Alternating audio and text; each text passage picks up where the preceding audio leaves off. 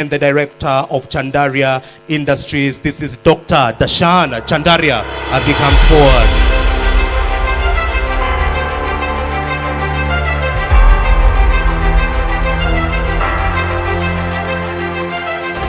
Welcome, Dashan. And our next panelist, ladies and gentlemen, is a man who has definitely moved from crawling to walking to leading. This is a man who crawled through failures. He is a man who even started a fast food venture that brought him to his knees, to forging East Africa's #1 Salesforce automation empire. He's a man who's bootstrapped the Solutech Limited company in Nairobi's bedseat, and him and his colleagues are now commanding 6,000 plus users across 70 plus giants. And these are the likes of Coca-Cola, Crown Paints, Pwani Oil, and I'm also informed that Chandaria Industries is also his client. Bidco and Abimal is also his client, and just to mention a few. Ladies and gentlemen, from Kenya to 8 nations, Ethiopia, Zambia, just to mention a few. This is a man who has a ruthless ambition and obsession for the clients. From machine learning to plug and play APIs, he is a techie extraordinaire. We heard him also, out of 50,000 applications, Alex made it to the top 20 at the semifinals in Egypt. And finally, he was able to represent us by claiming the 3rd position at the top 10 Africa Business Heroes this year at Kigali, Rwanda. Ladies and gentlemen, he's also been awarded the top 40 under 40. Please help me join a man who's able to turn paper invoices into Pan-African power. He is the relentless architect, turning sales chaos into crystal clarity. The CEO of Solutech Limited. Let's put our hands together for Mr. Alex Odhiambo.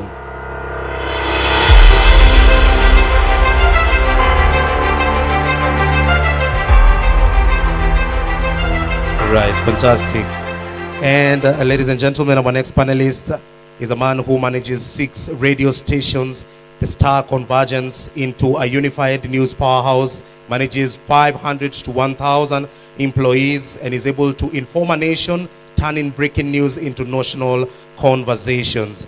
Ladies and gentlemen, he is the architect of the airwaves right here in Kenya and beyond, and the guardian of a truth, and his newly ascended leader to Kenya's largest private media conglomerate. Please help me welcome, ladies and gentlemen, the captain of Kenya's information age, the visionary, Mr. Martin Kafafa, who is the group CEO at Radio Africa.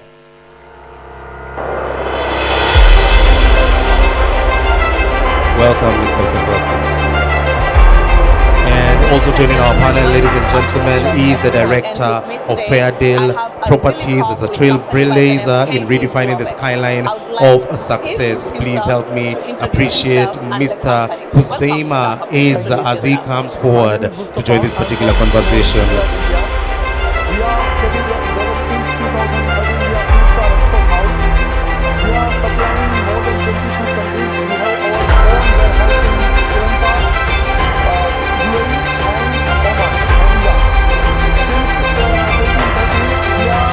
Thank you, gentlemen. We're glad and honored to have you here with us, and thank you for making time once again. Thank you also for your patience on the same. And I also feel that I'm sitting with captains of industry here, and I might be the most overdressed here. All right, fantastic. But thank you, Mr. Kafafa, for representing me and making me feel comfortable for coming in the suit. All right, fantastic. Thank you so much. So we'd like to probably just start off the conversation with Mr. Bedi, and I will just go straight into it. The first area of discussion is on business growth journeys and also scaling decisions. As we heard also from the audience, they also just wanted to find out on this particular conversation. So we start with your business growth story. What is the key turning point when you realize you needed to scale or also diversify? I guess I believe that most of us find ourselves like in a plateau, but what was the anchor that maybe made you feel like we need to diversify this? Thank you very much. These are the granular question. These are the porcelain products. Yeah. I think for These me are that mainly used in the change in my decorative business wall and all. was, Yes. For the with the introduction bathrooms to and some This is the early 90s. vanity You're area. running a factory. So tell and me you're about the competing with something sanitary that's totally area as free, well. and Sanitary, it's we going to have compete all with kind of you. products. It's making One its piece way on unit, our wall shoulders. hang. Yes. And that's the point. No, we are not in remember caps and I all. went We are to in Zambia sanitary in products, not 1987. that. We have And I all went kind of to a sanitary PTA products trade fair. like At that wall time it was hang, called wash Comesa. basin, sink, And kitchen I told sink, my father, everything. I said, Yes. you know What what? made you think I'm about going to Zambia majoring for in this this field? expo. Actually, And he I looked at me and said, started you this mad, business you're in fully booked, we're so 2013 busy. with I a said, you can't see the tsunami coming. very small quantity of 2 And containers. either you export or you And perish. export business That was my mantra passion. in those days. I wanted to And explore true the to whole God, world, that worked and for this me. was the And only in 2025, thing I we're can one of do the largest with my exporters out of passion. Kenya. Business plus export to the world.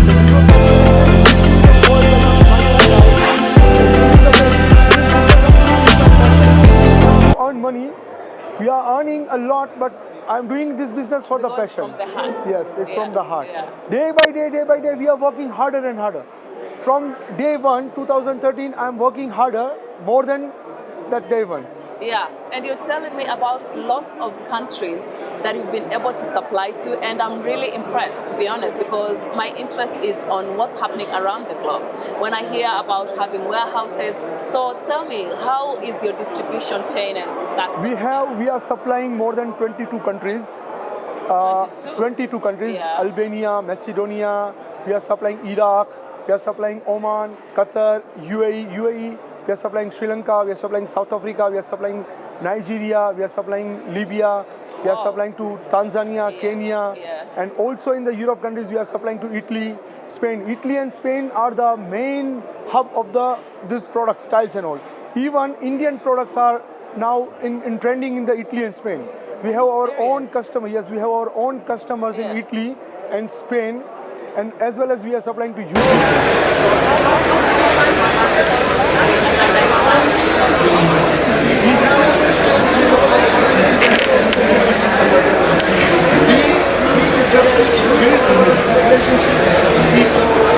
Just try to earn the trust. Yes. Okay, we don't follow for the money, we don't follow for the orders, we don't follow for the business. We just want to build our business towards them, and then we supply. We have a wide, we have a very big team in our company. 32 people are working.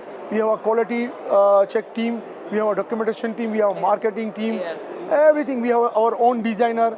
Even this tiles design, we have our own designer who are making for the marketing purpose. We are making the catalogs and all, and the soft copy. We have that own designer, own production house. So we are like a combined package.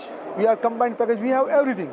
If our customer wants the designing, they want some branding Yeah, material. yes, We can make them for all. So if someone is in Africa, they want to place their order, they want tons and tons of tile. Yes. How do they reach you, and what is the process like? See, the process, now we have so many customers all over the world. So they do visit to Morbi. We have in Morbi, there are 1,200 factories in Morbi. And we have a tie-up with around 50 to 60 factories, different kind of products. There are so many sizes. Yes. Starting from 20 by 30 to 160 by 320 bigger steps. 160 by 320 320 would be centimeters, like yeah. this whole thing?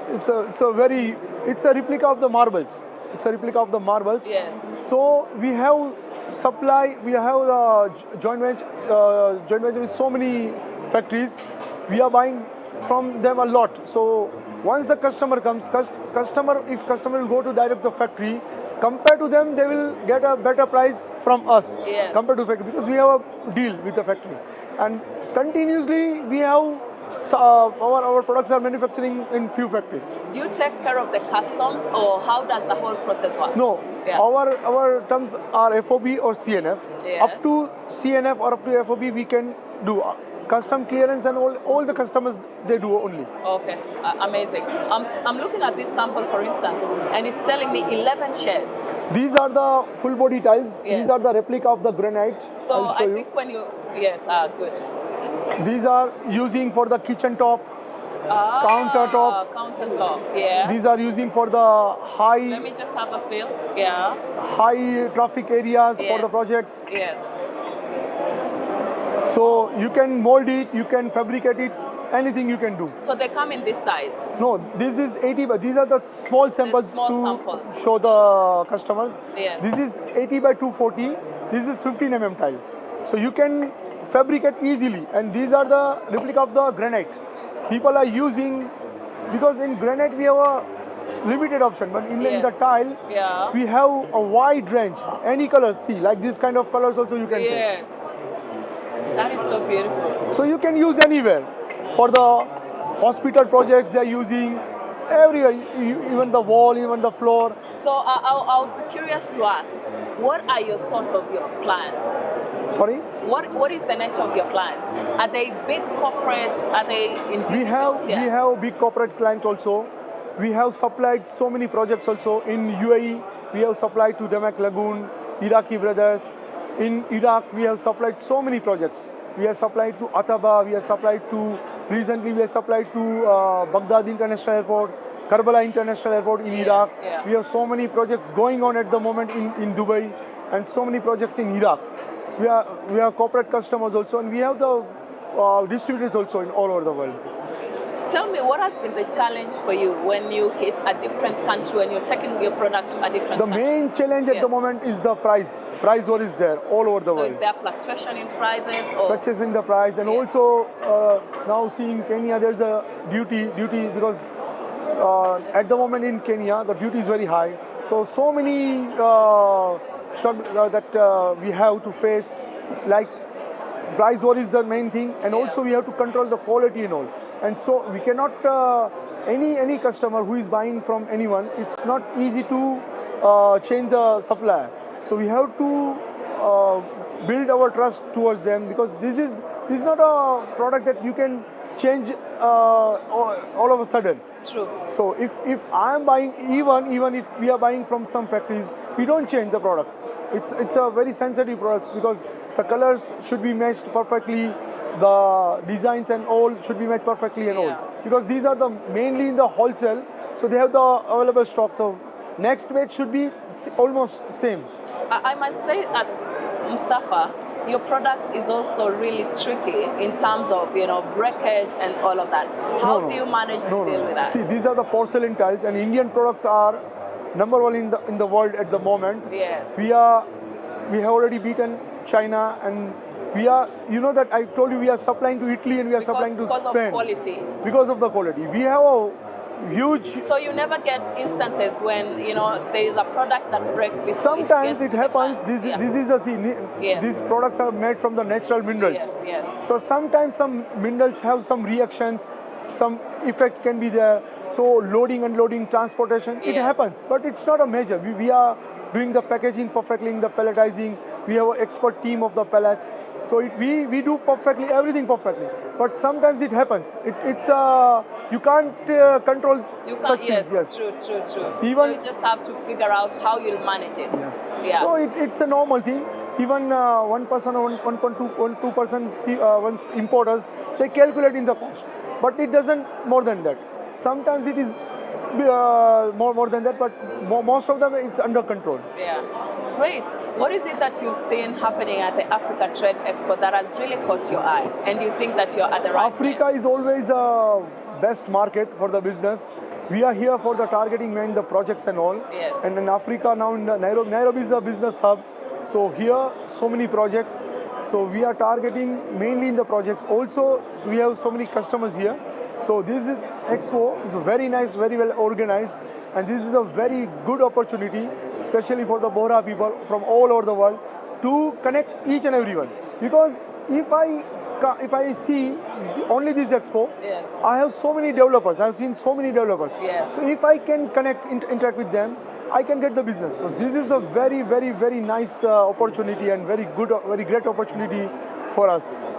Thank you so much, Mustafa, for your time. Thank you. I look forward to interacting further, and I hope I can also get to be one of your customers, because I think I really like one your of my product. customers from Nigeria is already here.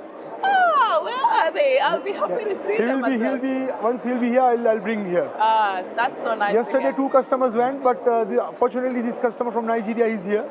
I'm supplying him since 2019. What has made you have that relationship for so long? You just ask him. I have customers since 10 years. And it's a grace of the Almighty from the Allah. The customer who I have started, still all the customers are with me. Have them. Yes. So it's Almighty Allah's grace. Congratulations, Thank you. Mustafa, because it's one thing to have a customer and it's another thing to retain a customer. Yes. Yeah. So blessings to you and Thank all the you. best in your Thank business. you. Thank you so much. Thanks so much for making the time, Mustafa. Thank you. Okay. If you can share me this video, I will. Oh yes, absolutely. We grew up with the international media, and definitely we also tried to mimic them by the shows that we were watching also out there personally. And you can tell by my frame, I wanted to be like Arnold Schwarzenegger. But I like the way now you're sharing the story on that. Fantastic. And it's good to see. Even Alex, I know in every supermarket you're sharing your story. Every supermarket in Africa, in Kenya actually, has your solution. All right. At home, Mr. Chandaria, I have like all your products in the house. All right. Let's bring it back to Kuz. Okay. And then I can come to Mr. Bedi, who will guide us on the expansion. Kuz, over to you. Yeah, so I'm basically a last-minute addition to this panel. We're expecting more people. But anyhow, so I just want to give you a brief of my journey and how I entered the family business. First of all, honestly speaking, sitting amongst all these people, I don't think I'm qualified to be here yet, but one day, and there are many more qualified people in the audience who should be here. But I'll just give you a brief of why I believe in Africa's potential. And this stems from actually what His Holiness had told my dad. So this is a story that came to light very recently to me. I was just having a discussion with my dad, and I after studying in high school, we usually ask His Holiness where we should go and study. That's a custom and tradition in the Bora families. So I wanted to go to London. I had applied to Imperial. I got in Imperial. So I was excited to go, and Abba went and asked His Holiness. At that time, it was the previous His Holiness that should I get Raza to go, and yeah, I got the Raza and everything. But Ali Kadir Mullah, the current His Holiness, told my dad, look, I'm allowing you to send these kids to UK or US or Europe, wherever it is, but you have to guarantee and promise me that they're going to come back to Africa. And that's what he told us when we went. And not during my duration, my dad had told me that you have to come back or anything. None of these things had been mentioned. This thing came to light just recently. But he created that system where as an individual, as a family, because we're in a family business, as a family member, I could join the business. And that's something very important that family businesses need to understand. That you need to create an environment where your children want to join the business. So that's my journey. I entered the family business. I started in the furniture business under my uncle. And then over time, we have grown into properties. We moved to Nairobi. And alhamdulillah, we have grown quite a bit. And as with my brothers and my dad, we are still seeing the potential Africa. A lot of things that you're asking about diversity and things, these are the questions that we are trying to answer. And I'm sure most of the audience is looking to answer those questions as well. All right, fantastic. And I like the way you are also encouraging them to come back to Africa, come back to Kenya. Yeah, definitely. As much as there's that motivation to go out there. Thank you for representing the Bora community. And now we just want to go to the next part of the conversation, which is on challenges faced during scaling. Mr. Bedi, we definitely have so many learnings from you when it comes to expansion, when it comes to growth, and also when it comes to just expanding the operations. But can you probably share one significant hurdle that probably you faced while you were expanding the operations, be it finance, market entry, logistics? If one out of there, if one hurdle or probably a few hurdles, and how you are able to navigate them, so that also us, by the time we leave in the auditorium, we can be able to go out there and navigate those hurdles. Mr. Bedi. Thank you. I think in business, there's no one hurdle. There are many hurdles, and there are hurdles every day. And I don't think you need to look at a hurdle as a setback, but you need to look at it as an opportunity. And for me, that one opportunity which I thought when the entire world was on lockdown in the year 2020 with COVID and the pandemic that hit all of us, that was the year that I made the biggest growth in my business, employed more people, when the whole world was shutting down, I was growing. And I looked at it as an opportunity and I said, wow, what can I do in this ecosystem? I can't export anymore.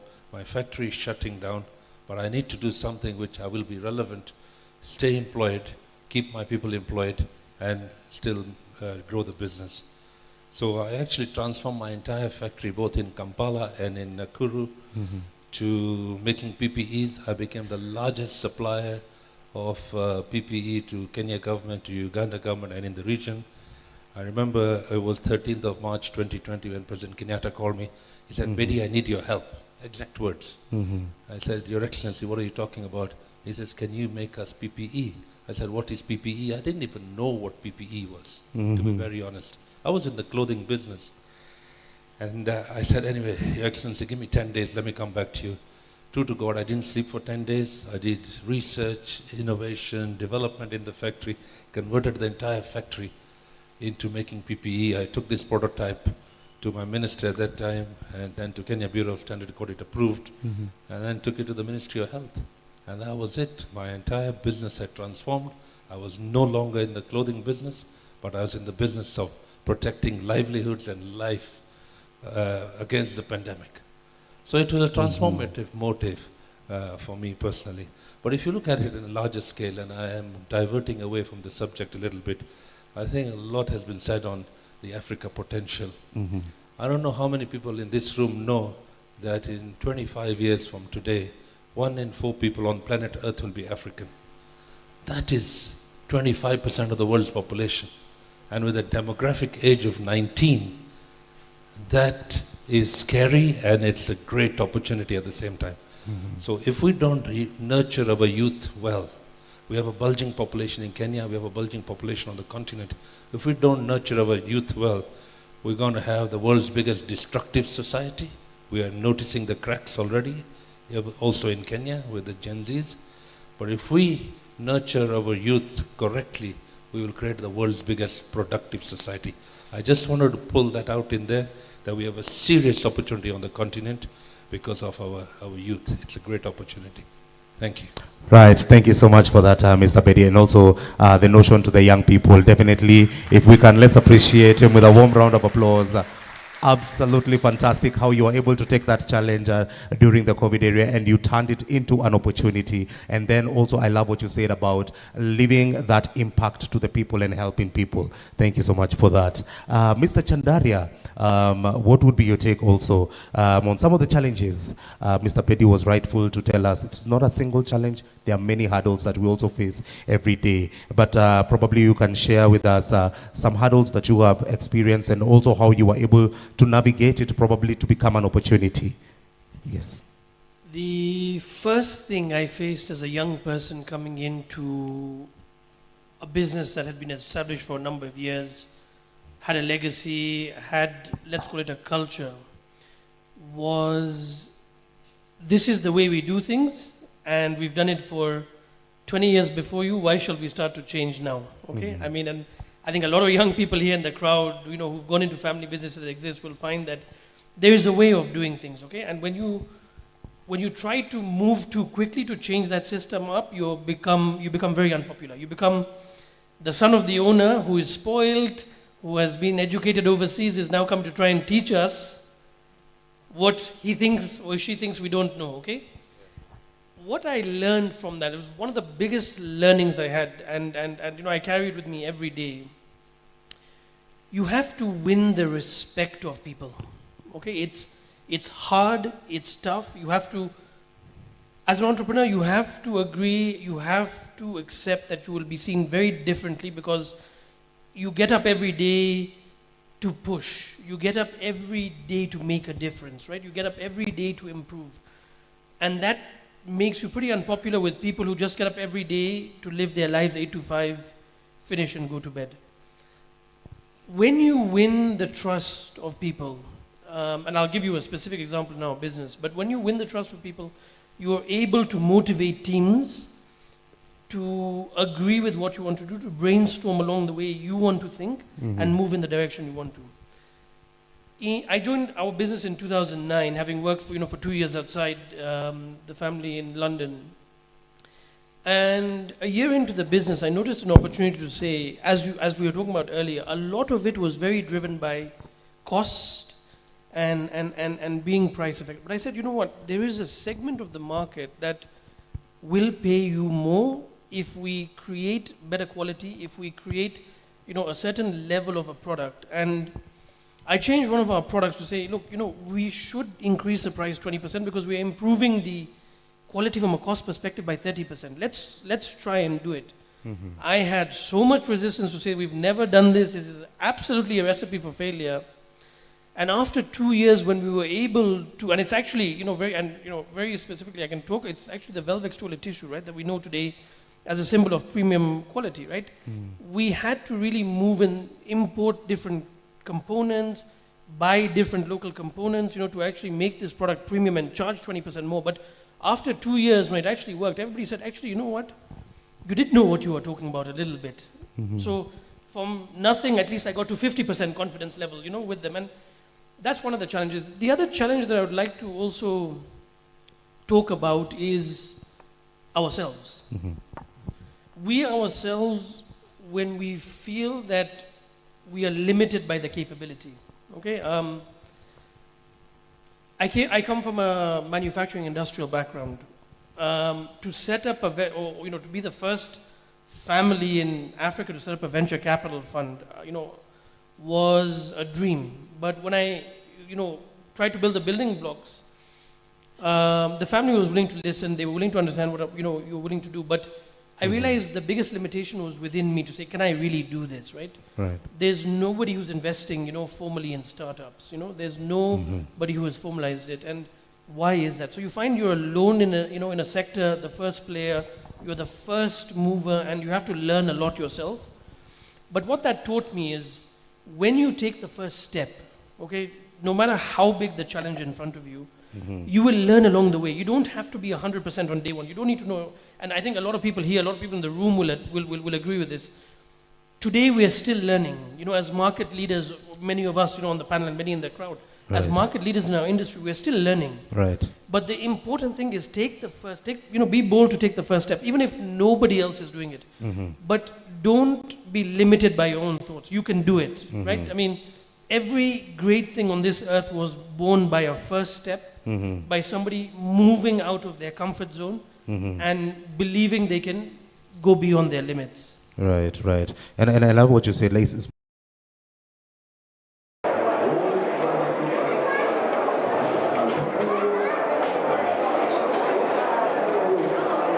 welcome to Africa Trade Expo 2025 right here in Nairobi, and we are coming to you live from the Catholic University of East Africa, right here at the exhibition arena. And with me right here, I have our guest, one of the exhibitors, major exhibitors from somewhere in the world. You can't wait to hear where they are from. Many thanks, Josefa, for making the time. Yeah, thank you so much. Please introduce yourself. So I'm Josefa Karim, and we are from Dolphin Group, and we are headquartered in UAE. We are proudly excited and happy to participate in this wonderful event in this wonderful country. And we always had a very, very positive intention, mindset to work in Africa region. This region has been one of our central core attention regions where we wanted to focus on. Firstly, I want to thank on behalf of my company and from my country where I come. We are very excited to participate here, and we want to thank all the wonderful people of Africa for welcoming us, giving us an opportunity. We are excited to have you too. Especially the government of Africa, the government of Kenya for allowing us this opportunity to participate here, and we are very happy to participate. Is it your first time in Africa? Yes, it is our first time. Really? We have been doing some indirect work through agents, but this is the first time that we ourselves are participating and representing, as now we want to focus on this region. We want to be part of this growing economy, and also our the government of our country where we are manufacturing UAE.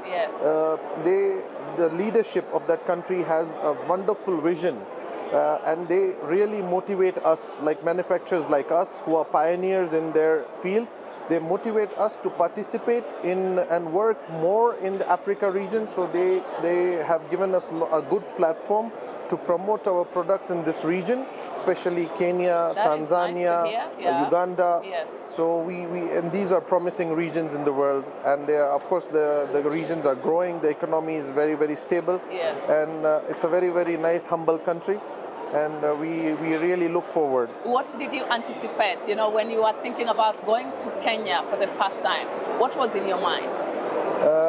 So we always had in our mind, because our community is prominent here, Yes. and we always come to learn from them that this country is very humble. They are from the roots.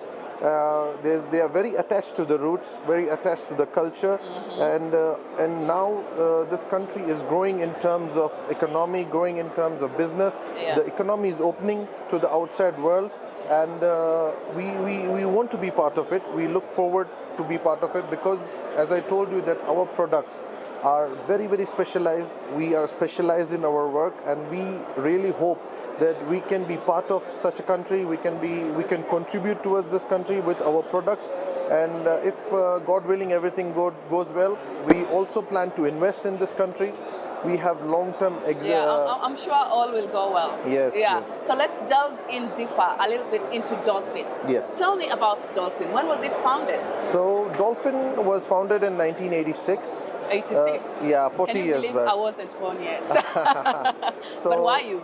No, I was born. Yes. You were born? Yes, I was Okay. 2 years when so it happened. So is it a family-run Yes, company? it's a family. So we started with very, very humble roots.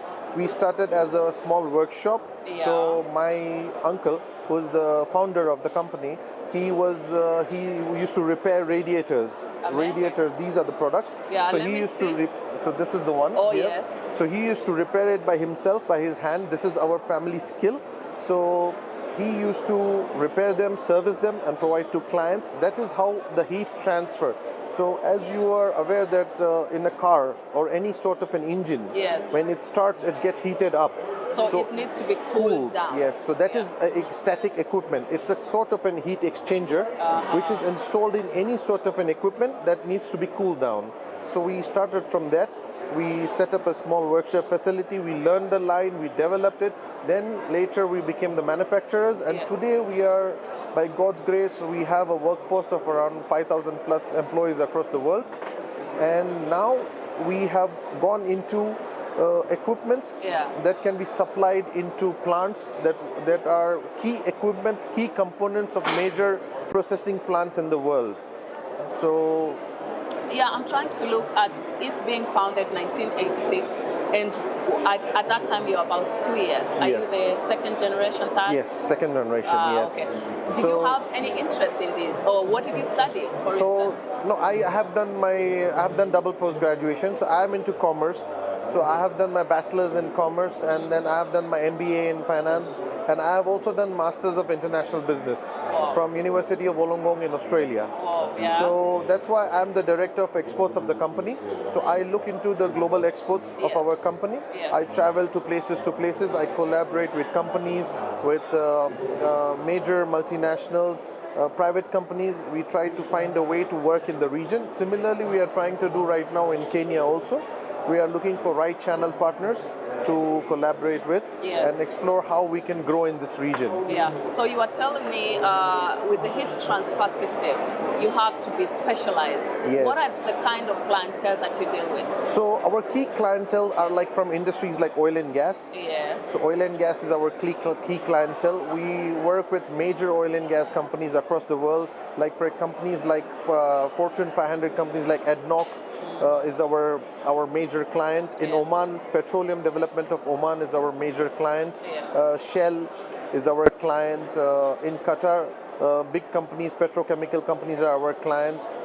So similarly, so there are clients from oil and gas industry, there are Yes. clients from fertilizer industry, we have clients from desalination, we have clients from steel, aluminium, Yes. we have clients from aviation, healthcare, hospitality, so major five-star clients, like for example, Hilton is our client, beverage companies like Coca-Cola is our Yes. client. Yes. So we offer a wide range of So services. what sort of products do you make for them, customize for Yes, them? Yeah.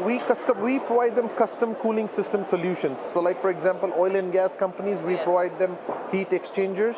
So this is like one of the models. So Yeah. if you see, this is called as a plate heat exchanger. It Yeah. is one of a kind. It is right now a small sample model. Yeah. But we have serviced the world's largest, which is of 4-meter height, which belongs to ADNOC.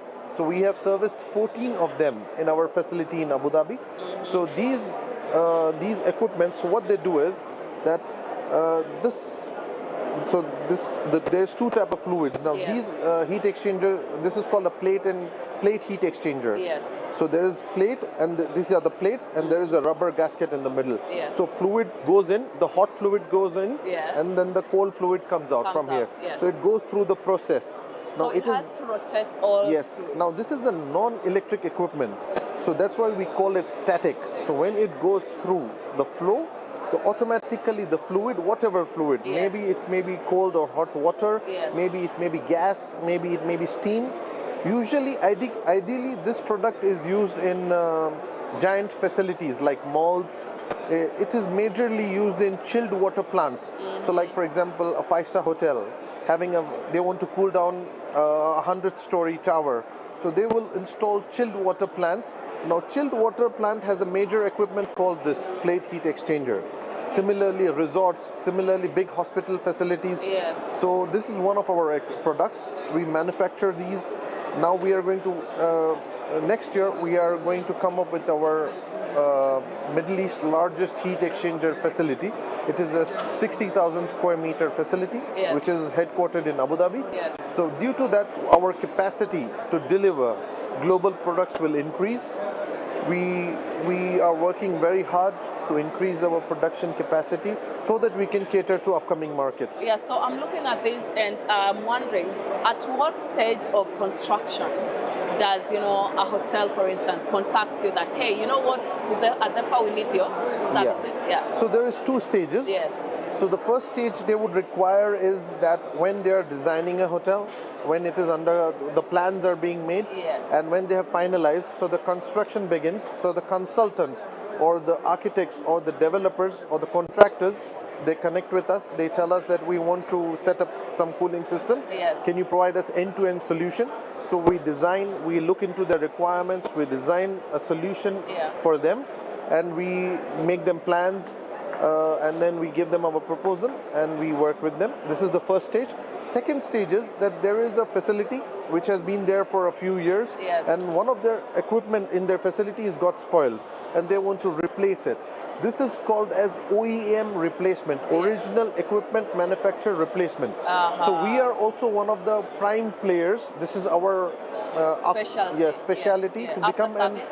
OEM replacement. Oh, I see. Yes, so many of, like for example in oil and gas, like for example a petrochemical plants in Africa, they have a refinery, refining petrochemicals or gas, and it has been there for say 20 years, 25 years.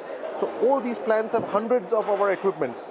So they have a lot of heat exchangers. Yeah. Now few of them get spoiled or Yes. they are not performing up to the mark. So they will call us, they will tell us that these is our requirement, can you help us replace it? You know where my mind is, Josefa? Is in the motor vehicle and aviation industry. Where do you come in now? So motor vehicle has, of course, as you know, Yes. most of the motor vehicles, ideally they run on engines. They yes. run on gas, basically fuels. So the engine, of course, it gets heated up, and it requires, all the motor vehicles which has engine requires an equipment, a heat exchanger called as radiator. So this radiator we manufacture, we service, we have our own in-house facility, so we manufacture radiators for all the vehicles in the world. So we have radiators for Mercedes, we have radiators for Toyota, we have radiators for Nissan. Or your Honda, whatever. Every, even if it is for a Boeing jet or an Airbus, or it's for trains, it's for railway, it's for generators, it's for ship, anything that requires radiators, condensers. So this is radiator, and the other product is a condenser coil. So as you know that most of the air conditioning system has, again, it has a motor. So the outdoor unit, it gets heated up, the motor gets heated up, so they need to cool down. Cool it down. So that equipment is called as condenser. We manufacture those condenser coils also. Today I'm going through Dolphin Group 101. So Learning new stuff, you oh, know. yes, absolutely. Really interesting. And What is it that you look forward to the future? So, Because you are yes. in Nairobi at the Africa Trade Expo. Yes. What is your vision in this African continent? So what we are looking for is first, due to the blessings of our holiness Allah. and guidance of our holiness, we are very, very thankful to God. We are one company in our entire Dawoodi Bohra community across the world who deals in these products. There is no company like us in our entire community, in Wow. America, Yes. in Middle East, in Africa. So we are the only ones. So this is one of our unique Congratulations. aspects. Yeah. So like for example, you will find people for property developers in all region. You will Yes. find traders from all region. Yes. Everybody is into everything. Like garment manufacturers are everywhere. But for us, in our business, in our line of work, in Dawoodi Bohra community, we are the only one. So this allows us, in our community to explore options across the world. Similarly, it gave us an opportunity through our community, Dawoodi Bohra community in Africa. We ventured out here. Now, this country and the continent itself, and Kenya and the other countries, neighboring countries, they are also now on the phase of development. So when there is development, there is also a requirement for new equipments. There is requirement for more services. Yes. So we look forward to, at the moment, we look forward to collaborating with some ideal partners where we can venture, we can get their expertise with regards to the region. Yes. We bring in our expertise of our products and we grow. And eventually, if by God's blessing and grace, if everything works out, we plan to invest in this country. We plan to set up our manufacturing facility here to serve, because Africa itself is a huge continent, and Kenya and Nairobi and Kenya, of course, is a good platform for us to work in this region. I'm looking at this line of specialty, and it's very sensitive. Yes. In as much as it's very unique. Yes, Yeah. of course. What has been the major challenge you've faced? Yeah, so the major challenge is that to provide such specialized services, you need to have right set of people, you need to have right set of technical know-how, technical expertise, because our products are custom solutions. So when client comes to me, they tell me that, okay, I have $1 billion plant and I'm facing some trouble with regards to performance. So that is where we need to understand, we evaluate the plants. Now when we evaluate the plants, there is a lot of parameters, you understand me, where the plant is located, how the people are functioning. This is tedious for us. It is. This requires a lot of effort from our side.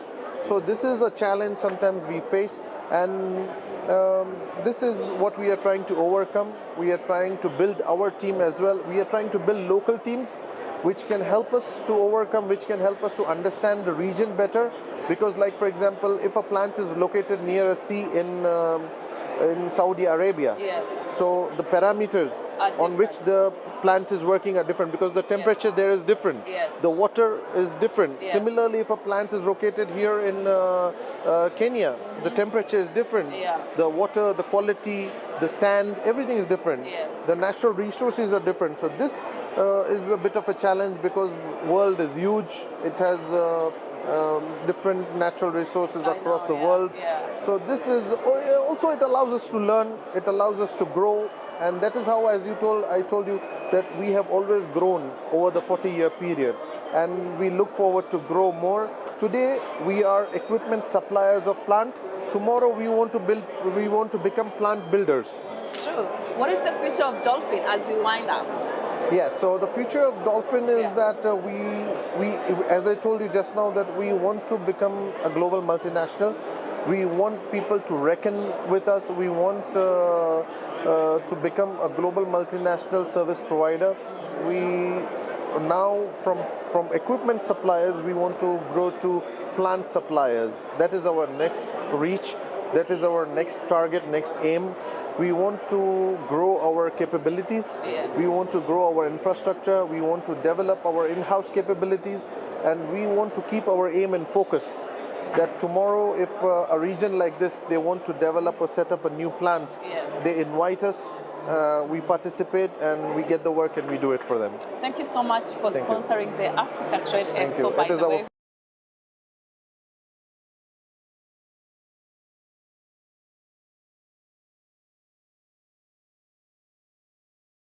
I'm asking, here is okay or Hello Africa Trade Expo 2025. I'm Taha and I'm here at the Habatullah Brothers Limited at their platinum sponsors of the Africa Trade Expo 2025. I'm here with Ammar Bhai Habatullah, who's the 4th generation and representative as the director of Habatullah. Hello Ammar Bhai, how are you? How are you? So as you've seen for the past few days, Habatullah has been busy with an electric and buzzing crowd. So let's see what they have to offer and let's see a little bit about the company and their journey. So Ammar Bhai, could you tell me a little bit about your company and how your journey has been so far? Firstly, I would like to thank the Africa Trade Expo for organizing this event, and it's been very fruitful and very well organized. So Habatullah Brothers Limited we started as a humble business in 1930. My grandfather Sheikh Hussain Bhai Habatullah started it, and till today it's been going, and we have reached this far. We are the 4th generation right now, and we deal in and mainly in aluminium extrusion, which is we are the East African region manufacturing extrusion. And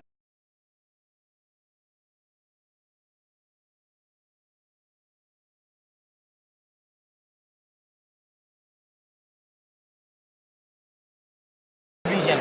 Alhamdulillah, Habatullah Brothers Limited is reaching its first century in the decade of Habatullah being one of the pioneers in glass, automobile, aluminium and projects. So now we're just going to hear about how Habatullah has reached its milestones and what it plans about its future goals and perspectives.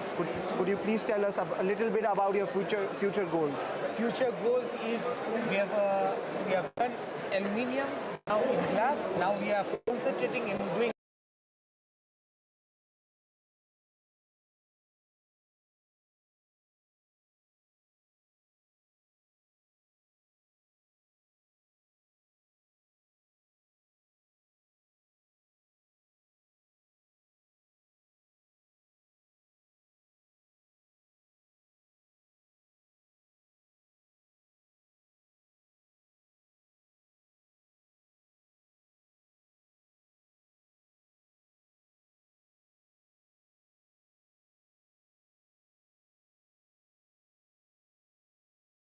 Visit your outlet at our mall. Yes, we are very grateful for that opportunity. But as we see, in Kenya, we already have a lot of branches across it, in Malindi, Mombasa, and within Nairobi too. Now we are opening another branch at our mall, and we are looking for very fruitful results. So thank you very much, Ammar Bhai. Once again, thank you for your effort and times. And once again, I request you, if you're here at the Africa Trade Expo 2025, so don't miss out at coming at Habatullah Brothers Limited, because they've got the experience and excellency in making your dream or projects a success. Thank you. Thank you. So now let's go on and move on to platinum sponsors, and let's see what they have in store. What's up? Please.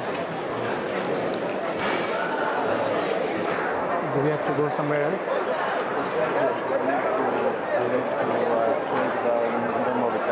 Okay, so are you going to stop? It's stopped.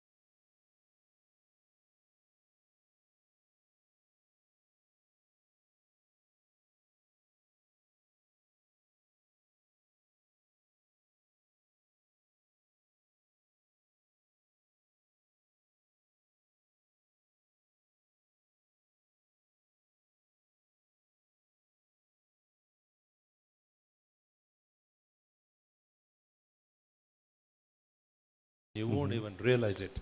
Because in this fast-moving digital world, you can make or break in a second. So I think there's huge opportunities on the continent right now. Right. And there are huge opportunities in the world. What we've seen, and it is now become my pet subject, 60 years of working towards a common rules-based multilateral trading system. 60 years. WTO was formed in 1995, we're in 2025. In 6 months, one man, one person, and I know who you guys know who I'm talking about, changed the entire world. Yeah. Everything is about protectionism, is no longer transformational, it's transactional, it's bilateral. We come together from all walks of life, all over the world, to experience the extraordinary. Standard Chartered brings us together to embrace possibility, enabling us to exceed our limits. Together, we can experience greatness in more ways than one. By breaking barriers, unlocking our full potential, and being a part of a worldwide journey that starts with a single step. All proceeds from the marathon go towards Future Makers by Standard Chartered. Register now for the Standard Chartered Nairobi Marathon. Together, we run far.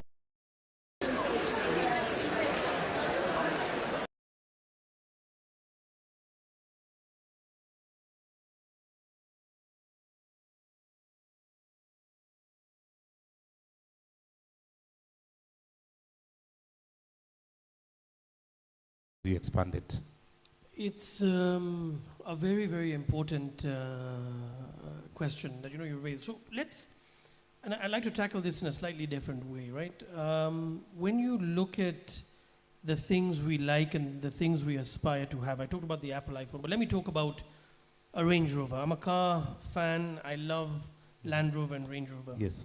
What is it about a Range Rover that makes you pay double, triple the price of any other car, right?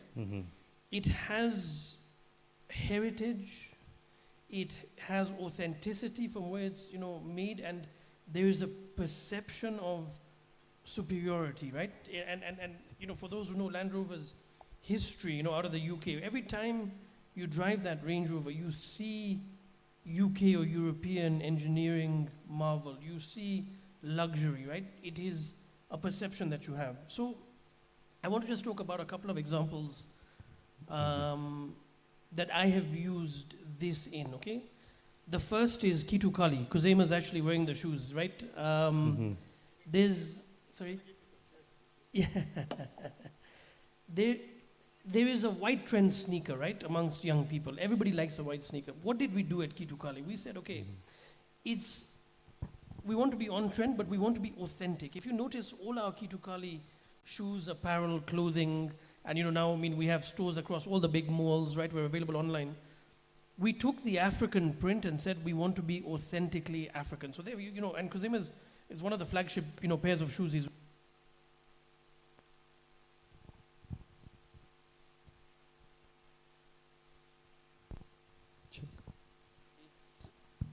It's colorful, and it's very African, right? And we sell those shoes at not less than 10,000 shillings here a pair, $75, right? A lot of people say that's the territory of international brands. You're going into Nike, but we have made, if you look at the quality of that shoe and you compare it to a lot of international brands, the quality is superior, right? And those who buy, wear, and continue, or come back to buy another pair and come to buy again, they can feel the quality. So I don't think we should be shy of saying, what is our heritage? What is our culture? Why can't we produce a world-class product, okay? Coming to your question on Me Too's, a lot of people in Nairobi will know, and Kuzema was talking to me about this in the holding room, the paddle sport here has really picked up in Nairobi, okay? We, along with my partners in that business, brought the first paddle club and the first paddle courts to Kenya. And now, just in Nairobi, we're talking about over 70 courts, and it's continuing to expand. Yes, the market, is growing, but it's continuing to expand. The minute we did that, within 1 year, we had 3-4 people copying, right? The Me Too culture. Yeah. You need to sit back and say, in the Me Too culture, in the Me Too business environment, what is differentiating you from the rest? And just to talk about paddle, and for those who've been to Tuco-Kenya, you know our locations in Westlands and Gigiri, you will see we have focused very hard on creating a vibe in the environment. You want to be there, right? It's a place you want to be there because your friends are there. Yeah. We're creating a culture of amazing food, right? We have an Italian cafe. We have amazing, food, and that's a differentiating factor. Other places you'll just go and play paddle, right? Yes. In the core business as well, I just want to take this back to also Chandaria Industries and just explain how we are making ourselves sort of, more relevant. We want to address the entire market, starting from the mass market to the most premium. Yeah. But we are not shy of saying if the market is at 100 shillings for this product, we are happy to be at 200 shillings. Absolutely not. Or if the market is at 100 shillings, we can also launch a product at 50 shillings. I think with the dynamic age of business where we really are in, you have to think outside the box. You have to every day be thinking on your R&D as to how can I be different to everybody else in the market. That is, when you think about any major brand around the world, I mean, when we have a fantastic example in Safaricom and in M-Pesa, what did they do, right, that was so different to make them stand out? Every brand that we aspire to use or do use in our lives today, they made themselves more relevant, more innovative than anybody else. And that's a very powerful message, that I want to give today is you have to be more relevant and you have to be more innovative to be sustainably present for the future. Fantastic. Beautifully said, relevant and innovative. Thank you so much for those learnings, Dr. Chandaria, Mr. Alex Odhiambo. Yes. Thank you very much. So both our mission and vision at Solutech are all edged towards Africa.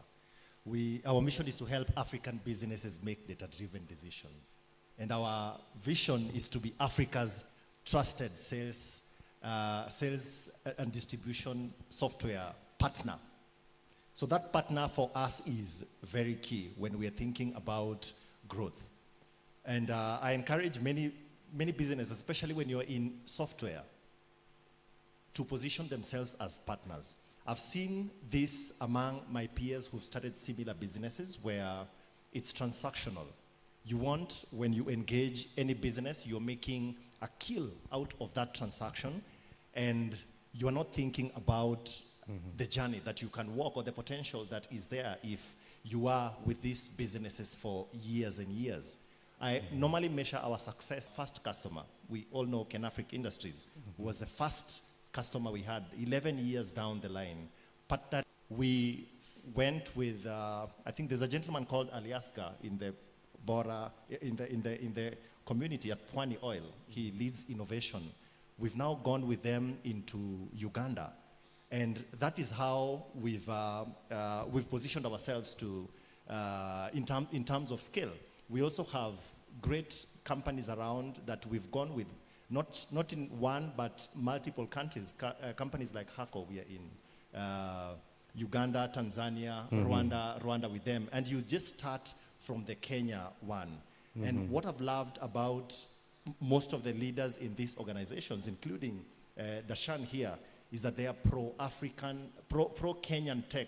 Yes. Even not just Africa, but Kenyan tech. Yes. Where we've competed with, we have competition from India, from Europe, but I'm always fascinated when I meet CEO in our market who says that, hey, we actually want to support more and more of tech providers in the country.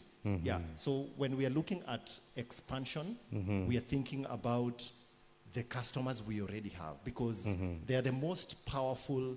They're the most powerful marketers for you. You do an excellent job and show them that you are there as a partner for growth and not just to bag the big money immediately. They will take you places. A lot of businesses we have in Kenya are expanding. There is very big potential across Africa.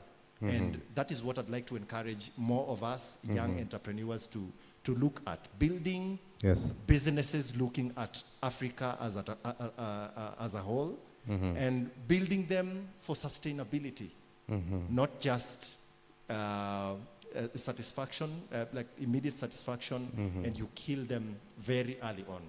Love that. It's like more leaving a legacy Correct. 100%. Well said. Dr. Dashan, you'd like to chime in? I would just like to just to add a bit on what Alex said. I think it's very powerful what he said. When we work with each other here in Kenya and East Africa, we are challenging each other to become much better. And I can tell you, when Solutech came and we had all the providers, we didn't shy away from pushing them to say, we want this, we want it. You need to build it, you need to show us how you can customize to our business, right? Mm-hmm. And when we actually do that, we are helping homegrown businesses become better, become bigger, broaden their expertise, but we're also helping small businesses, startups get into the mainstream of business. And I think it's very important that by supporting each other, we actually build an ecosystem of expertise and improvement in skill set. Absolutely love that. The collaboration, partnership that even Alex is talking about. Thank you so much, for Dr. Dashan, for that. And definitely collaboration is the true north. All right, fantastic. And I know we are bringing this discussion to a close. Mr. Martin Kafafa, if you can be able just to tell us how some of the practical lessons that we can learn when getting into the new markets. Probably Dashan has a product that you need to go and take to a country that maybe like if it's Ethiopia, from the media, some of the challenges, probably hurdles that were there. Yeah. Thanks. Let me just go back to, just in terms of also answering what one of my colleagues talked about, how do you deal with competition? How do you deal with Me Too's in the market? When we started Kiss FM 25 years ago, then there were only about 5 or 6 private radio stations. And we started this station, and within 6 months, it went to number 1. Now, the learning point for me is 6 months we went to number 1. Within 1 year, we had completely dominated the FM space in the country. But my then CEO and I, we were quite uncomfortable. We were like, how do we scale? What do we do next? And then we fell down to a very common strategy that's, I think, been run by Coca-Cola and EABL. Everybody knows Coca-Cola. But the truth is, there are variants. There is Fanta, there is Sprite, there is Crest. What I'm trying to allude to is you need to build variants that compete with yourself. So as opposed to relying on the success of Coke, they came up with Fanta, Crest, you name it, and we adopted the same strategy. We could have chosen to stay with one radio station, but we decided to go to launch another station, which was Classic 105, and Classic 105 became even bigger than Kiss. So, and this strategy is called the podium strategy, where you're better off owning number 1, number 2, and number 3. And it doesn't matter, it works to your favor if, say, number 2 eats into your number 1, or number 3 comes and eats into your number 2, because at the end of the day, you're on the podium. 1, 2, 3. That way, it safeguards your business against competition and gives you time to scale and grow. So if you're going to enter a market, try and understand whether there is a need for your product or service. Once you satisfy that need, then occupy the second, 2, and 3rd tier positions. Right, fantastic. I love the way you brought it out, understanding the need of the market and also understanding the competitors very, very well. We're actually coming to the very end of this particular discussion. Mr. Kuz, if you can be able just to chime in on that when it comes to expansion. Yeah, so expanding across other regions, I mean, that's a difficult question, especially in the real estate industry. It's one of the industries where it's, you need to build the same model in different countries. That's how real estate works. How we did it is we partnered with our competitors. I mean, in Uganda, we are now doing a project with the Royal Group. I mean, in Kenya, we are competitors, but we partnered together took two of our brands and we're taking it to Uganda. I mean, and that's something we should not be afraid of. I mean, building partnerships, having good partners, as long as you're open and honest, partnerships do work. The main thing about partnerships, especially going into a new market for real estate, because real estate products are usually a lot of investment initially. So first of all, it builds, I don't know how to say the word, it gives you courage. When you have partners, it gives you courage to go to the new market. So I do believe that if you want to expand, move to different regions and things like that, find the correct partner. That's very important. One of the things that I want to discuss here is the hustle culture that we have here in Kenya. And I'll give you a few examples from just the interactions I've had with the people. I mean, Alex, I was in Addis just on Wednesday. I called Alex, and he was in Addis as well. I told him, Alex, look, there's some people here I know, just come and have dinner for us. He didn't bat an eyelid. He just came for that dinner. You never know what connections you'd make from that. Darshan, I mean, I met Darshan many years ago. After having a discussion about other things, I mean, genuinely, he told me, I had a mall coming up and things like that. He said, do you use our products in your mall? I mean, after owning so many companies, so many businesses, he's still hustling to that level. I mean, just asking me straight up. So I think that's important, and I appreciate all the members who have come to set up stalls over here from abroad and things like that. I mean, that's showing that you want to come here and you're looking to work hard towards bringing it over here. So I think that's important, and as younger generations, we should not let that go. I mean, that culture. Keep the hustle going. Always stay hungry. Thank you for that, Kuz. We want to just open the session to one or two questions in the interest of time before we can be able to bring it to a close. We know we have our team walking around with I can see one question there, a lady in a red jumper, then I can see the gentleman at the far end. The hands are really coming. I think we should have kept it from the introductions to the Q&A, but we can start with the lady there. There's a gentleman at the very back end. The lady in red who raised up her hand. Yes. It's the microphone, yes, sir.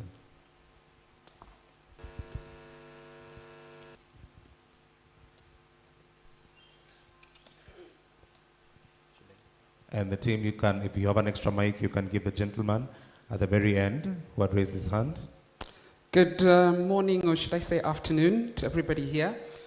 Just to introduce myself, my name is Carol Radul. I'm a sports journalist by profession.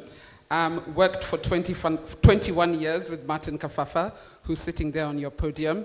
I left the Radio Africa group about 4 years ago. Hi, Martin. I'm proud to say I started the digital department. I think it was about 13 years ago. Next week, I'm launching a sports audio-visual radio station here in Nairobi. But I'm not here to talk about media. I'm here to talk about sport, which is my passion point. And the fact that, and if you'll indulge me for a few minutes, it's not a question. For me, it's an opportunity that I think as Africa we are missing. We still strongly believe that sport is something that we reserve for the weekend. When everybody leaves here this evening, we're going to watch Chan, we're going to watch cricket, we're going to watch rugby, we're going to go and do things sport because it is something you reserve for the weekend. Yet worldwide, sport is $1 billion industry. It's not in Africa, and I ask ourselves why. Businesses like yours are what are growing sport worldwide. And I think there are opportunities in Africa, in Kenya, that we're missing. And it's not just sponsorship of sport, it's actual investment in sport, from academy systems to infrastructure. And thank you, Chandari. I think you're the only person there on the panel who's actually mentioned anything to do with sport. I actually own a tracksuit from Tuco-Kenya, which I think is fabulous. I play paddle. I'm not that good, but I do play paddle. But nobody here has actually touched on the money that Africa is missing in sport.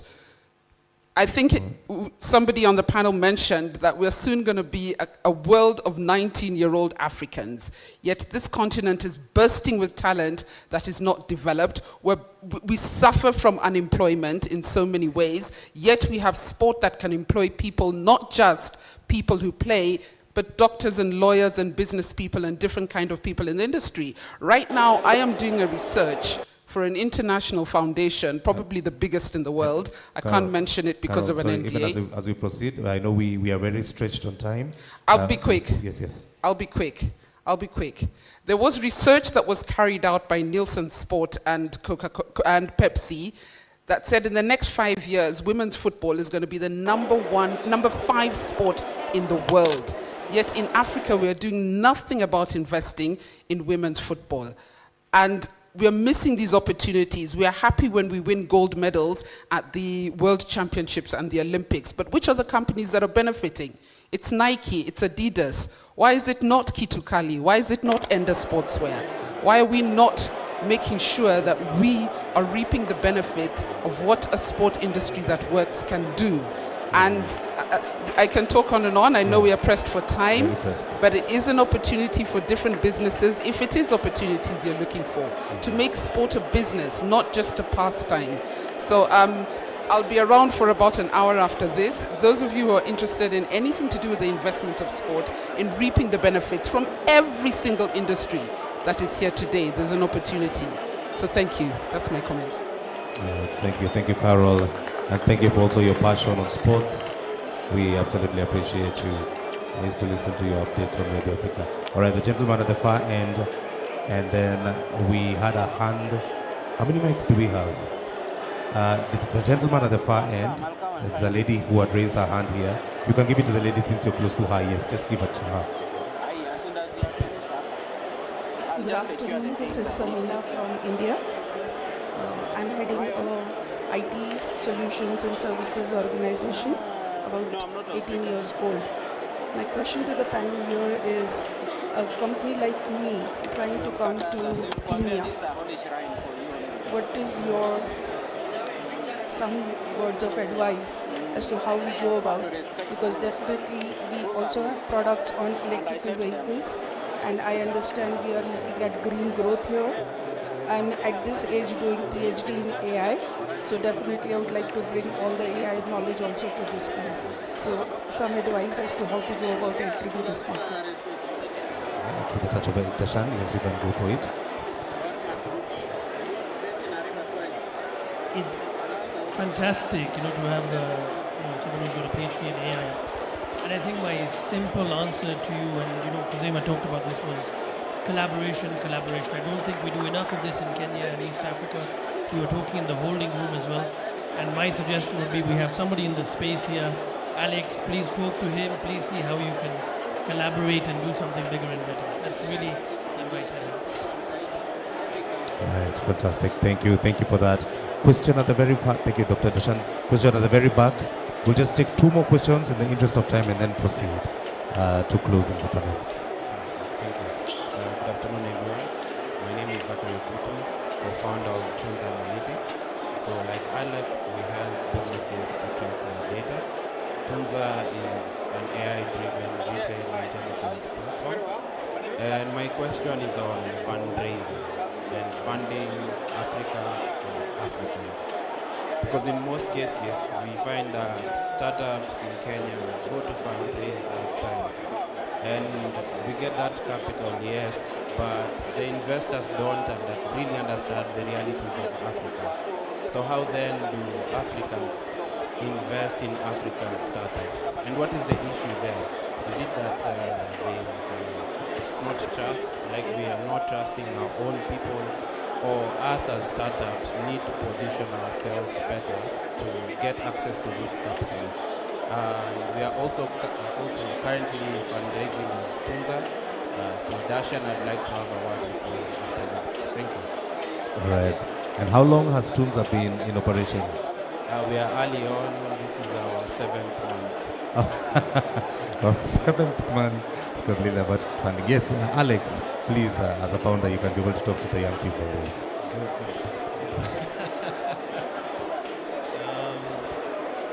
7 months, okay, but we're okay. So the first thing is value proposition. I think Have you ever wondered what keeps an aircraft flying safely and smoothly besides just engines and wings? Meet the unsung heroes of aviation, avionics technicians. These are the specialists behind the electronic brains of an aircraft, from navigation to communication and more. They install, inspect, troubleshoot, and repair electronic systems that pilots rely on every moment in the air. From autopilot to weather radar, they make sure that every component works with precision, every time, whether it's a routine check or urgent fix. They follow strict standards to keep flights safe and compliant. Without avionic technicians, flying today wouldn't exist as we know it. At Aerowaits, we don't just support avionics experts, we help people discover their path in aviation. Follow us and take your first step towards the skies. Nowadays, just think that you can come up with a tech thing, sounds nice, you put in AI into it, and it will just fly. There has to be very clear value proposition, and try and work hard to get one or two people already on board into it, and Dasha will sign the check. Right. Let me just add on to that. Remember I said that Africa has a lot of untold stories, and yours is an untold story. Okay? You need to get your story told, and you will find partners. For me, what I do with the young people, when they come on over and they ask for funding, my response to them has been, can I be an equity partner in your innovation? And then it becomes a win-win. But these things won't happen if your stories don't get told. And a lot of us as media are to blame. We are so huge on reporting negativity. Okay? We are so huge on reporting political unrest and destruction. But no one wants to listen to a fantabulous story like that. Let's get ourselves to a position whereby in every communication of ours, we are celebrating or reporting Africa's untapped stories. And that's the only way we are going to be an equity partner in this planet called Earth. So I don't know if you know this, the Bora community generally would not go to the bank for any funding. So one of the things I advise you, and what Martin said, is just be creative in the way you fundraise. I'll just give you an example. Me and Martin, just we were just talking about it. He needs some furniture from one of our furniture companies.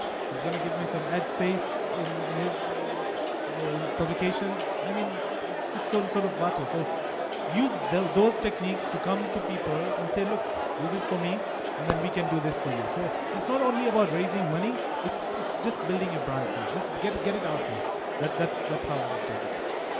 I'll just add from a very clear VC perspective, and how obviously we invest. Look, you need to hustle hard, and I think Alex will say, look, you need to get the friends and family money in.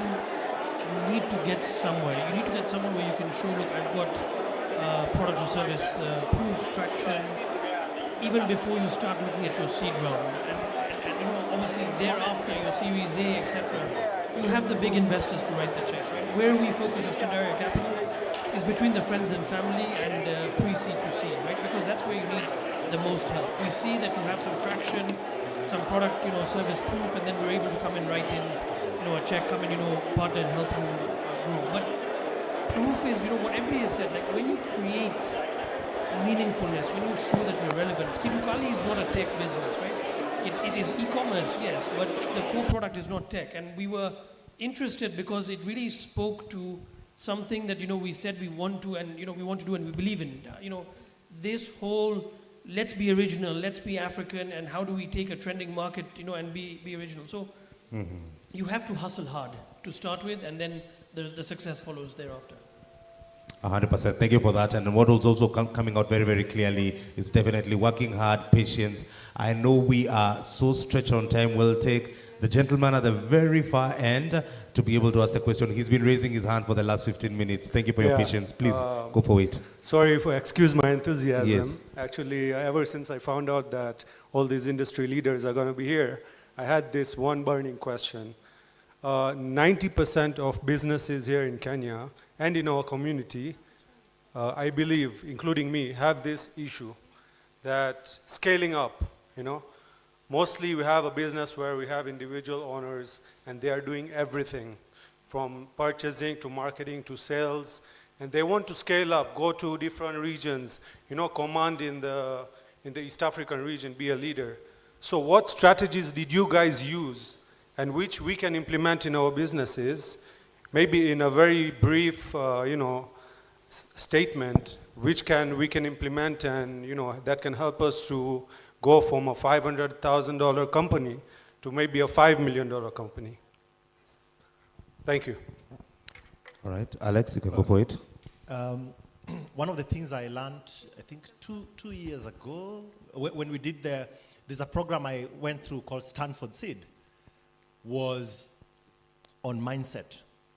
Mindset is the foundation. I don't know in the audience how many of us know the amount of shares that Bill Gates owns in Microsoft. I'm not sure. So some might say 30, 40, or 100 because, yeah, he's the owner. But you'll be surprised it's less than 2%. What does this tell us? And there's an analogy that one of our professors at Stanford used. When you're starting your business, you can hug it like this. You can hold it like this. But the more it continues to grow, you realize you actually can't hold it. And finally, you just have to let go. So for us to scale businesses to the levels that you're talking about, we really have to make sure we reset mindsets that our mindsets that you can't really have control forever. And we need to set our mindsets to build businesses that are bigger than us, that will supersede our existence. So mine is just mindset. Right, fantastic. If there's anyone who would like to chime in on that so that we can be able to close the panel. Unfortunately, we can't take any more questions. I know we have quite a number of burning questions, but we'll need to bring this to a close. Tashan, you can just be able to chime on that, and then we can close it. I won't actually chime in on that. I just want to I want to thank the Bora community. I want to thank Kuzema, on behalf of the panel here. It's this kind of networking that really helps you build business ideas. It's this kind of networking that helps you collaborate, and it ties into what you're saying. How do you grow your business 10 times, $500,000 to $5 million? It is by meeting, people, in sharing ideas, listening not only to us, but the thousands of people that are going to be here today. So it's just, for me, it's just to say a big thank you to Kuzema and everybody who's been involved for having us, here today. Thank you. All right. Thank you very much for that. Okay. I'm being informed, Dashan, that your parents are here. All right, fantastic. Please help me appreciate Tashan Chandaria's parents. Warm round of applause. You can just wave. Thank you. We are glad and honored to have you here. All right, fantastic. We've come to the very end of the panel discussion, and thank you to the captains of industry who are here. We absolutely appreciate you. We're going to do this a little bit more differently from the very many panels that you have been able to be a panelist. We will just remain seated, and then at this point in time, I'd like to invite the director of the Royal Group of Companies, Mr. Moiz Hassanali, to come and give us a closing remark, and then we can be able to give you a token of appreciation on behalf of the team, and then we can close it off. He has a flight to catch, all right? He has a flight to catch, all right? Thank you, but let's appreciate Mr. Kafafa with a warm round of applause. Mr. Martin, before you can leave, Mr. Martin Kafafa, if you can be able just to remain, let us take a group photo with the panel. Group photo.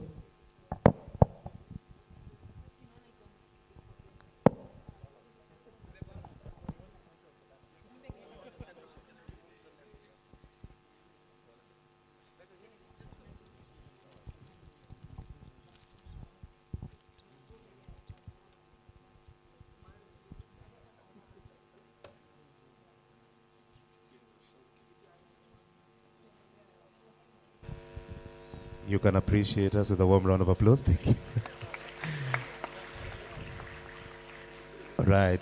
Just briefly, for our panelists, just remain seated as Moiz gives us the closing remark. Rahim. I think I'll keep it very brief because if I stretch it more than... Hello? I think the auditorium is going to be empty. Ladies and gentlemen, welcome to the Africa Trade Expo 2025. This event is held under the guidance of His Holiness Dr. Sayyidina Mufaddal Saifuddin, whose vision inspires us. He has said, never be content with ranking second in anything. In every business, every industry, every talent, every virtue, and every pinnacle of excellence, your name should rise above all. He also guides us towards the following that the Prophet ﷺ said, being loyal to your nation is part of your faith. Let that be our standard. As we close, I begin with gratitude to representatives of His Holiness who have traveled far to grace this event, to our speakers, Mr. Darshan Chandaria, Mr. Alex Odhiambo, Mr. Jaswinder Bedi, and Mr. Martin Kafafa. Thank you for sharing your wisdom, experience, and vision for Africa's future. You have challenged our thinking and inspired our action. To KNCCI and KAM, your insights have been invaluable in showing the opportunities ahead. To our platinum sponsors, EMA Advisory, Fakhrin Properties, SMB Properties, Impala Glass Industries, Habatullah Brothers, Fairdeal Properties, Royal Group of Companies, to our official travel partner, African Quest Safaris, to all the gold sponsors, Al-Fazal Safia Limited, AT Glass Limited, Universal Multipurpose Enterprises, Multi-Cable Limited, Crystal Arc Factory, 1441 Sports and Fitness Trading, Dolphin Group, Alvard Global Trade, Sunrich Companies. Your belief in a connected, empowered, and thriving Africa makes this possible. And to you, our audience, thank you for being here to engage, question, and commit. You are the drivers of the change. Now, I want to leave you with this thought. Do business in East Africa. We are open, ready, and welcoming. Build partnerships that create impact, jobs, and knowledge. Strive for excellence in everything you do. The future of Africa trade is not something we wait for. It's something that we create. We are not just talking about Africa's potential, we are unlocking it together. Finally, and most importantly, I would like to close with prayer to Allah Ta'ala to grant His Holiness Dr. Sayyidina Mufaddal Saifuddin Aka a long and healthy life. Thank you very much.